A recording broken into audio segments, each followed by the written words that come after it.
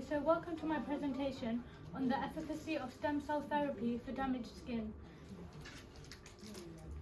So what are stem cells?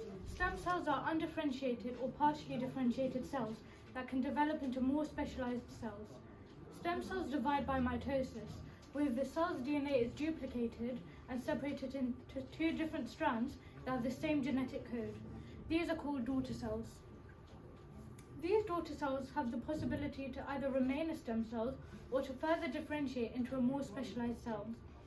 Stem cells can be sourced from embryos, adult stem cells, and altered adult stem cells, which can be reprogrammed to form these different types of cells. For example, egg cell, muscle cell, red blood cell, epithelial cell, and the neurons.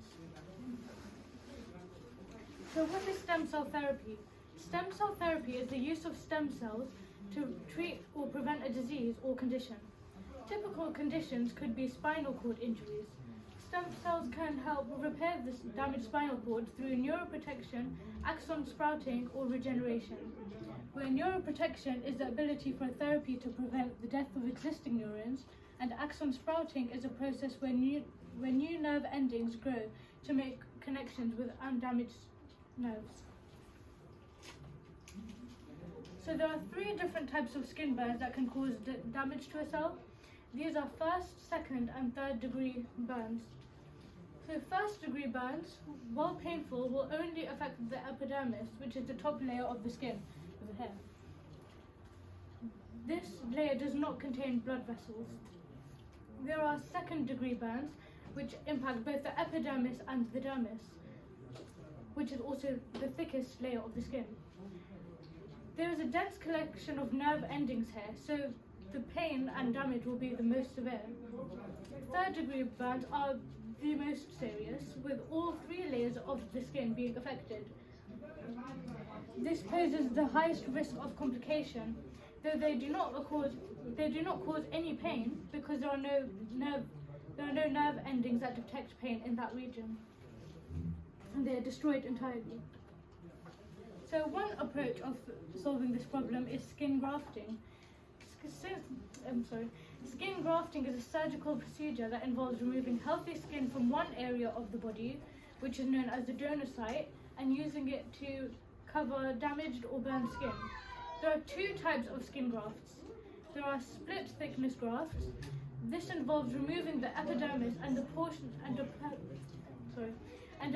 of the dermis from a donor site, often the thigh, abdomen, or back.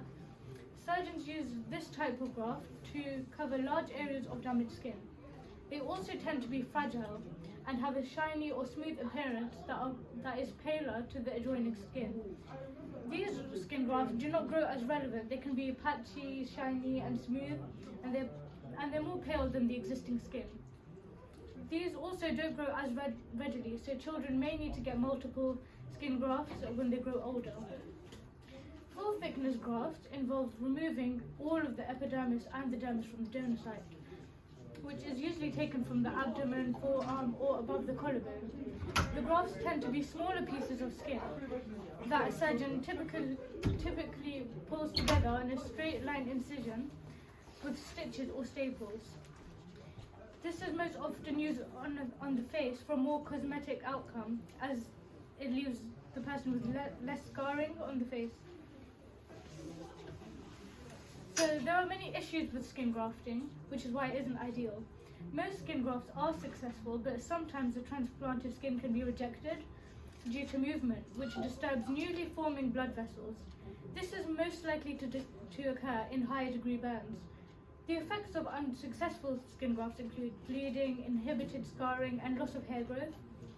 At times, the graft may not reattach to the new site adequately, and without proper blood flow, it may fail or become compromised, so requiring further medical intervention.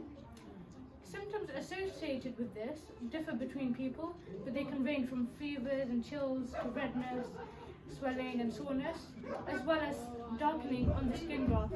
And darkening on the skin grafts means that area has died. In some cases, patients may experience shortness of breath, chest pain, severe nausea or vomiting and bleeding, or discharge from the wound. So, how does stem cell therapy work as an alternative to this?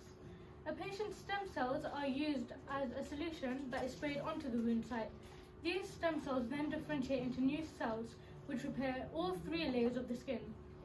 Products have been developed, such as the skin gun by Renovacare, to accomplish this. Adult stem cells used in products like the skin gun are found in the basal layer, which is this bottom layer of the dermis.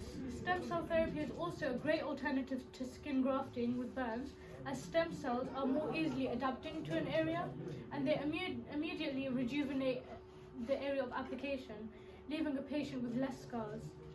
The stem cell enriched area will remain for much longer, and regenerative abilities will also